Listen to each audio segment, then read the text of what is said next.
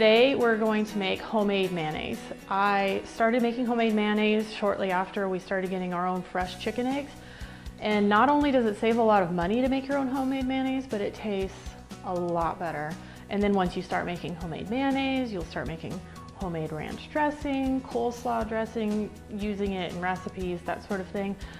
It's just a lot better. Homemade is always best. So recipe starts with eggs. You can easily cut this recipe in half, but we go through it fast enough that I use 2 eggs.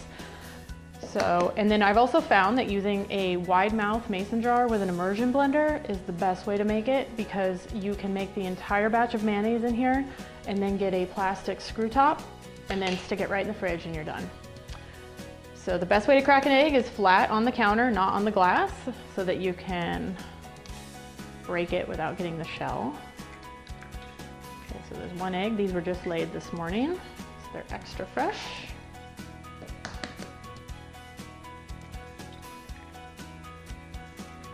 Okay, how you season your mayonnaise from here on out is up to you, but the basic ingredients are a little distilled vinegar. You can use regular yellow mustard, but I prefer just dried ground mustard, and then some lemon juice and salt.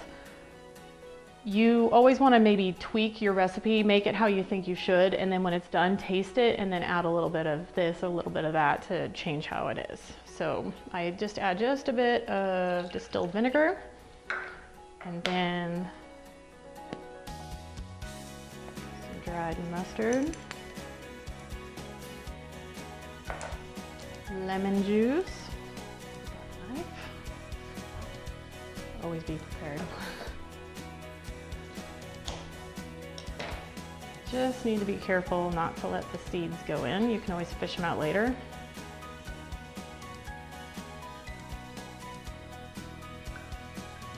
I like my mayonnaise pretty lemony. And then salt.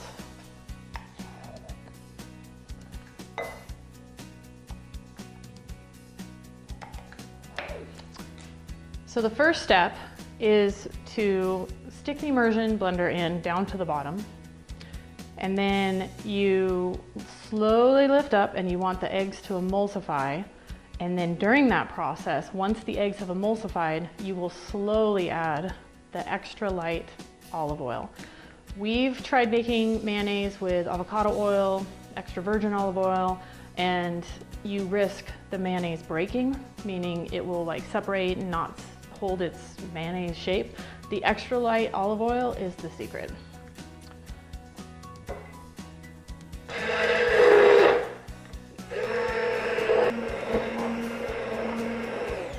So at this point, I will start pouring the olive oil in a very steady, slow stream.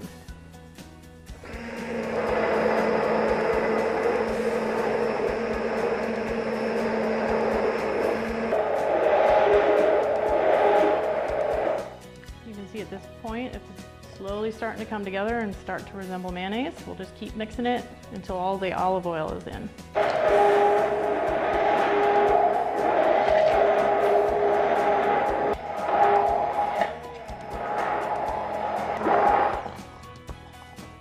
Okay, that is perfectly thick and creamy mayonnaise right there.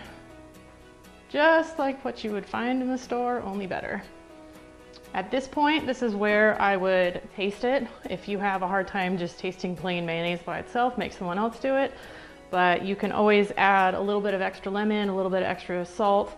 It's always best to start low with the seasonings if you're not sure what your preference will be, and then you can always add some more later. That's it. Just scrape it off, put the lid on, stick it in the fridge, and you're done. I'm gonna have a hard time with you standing there. I'm just gonna have to get over it. Okay,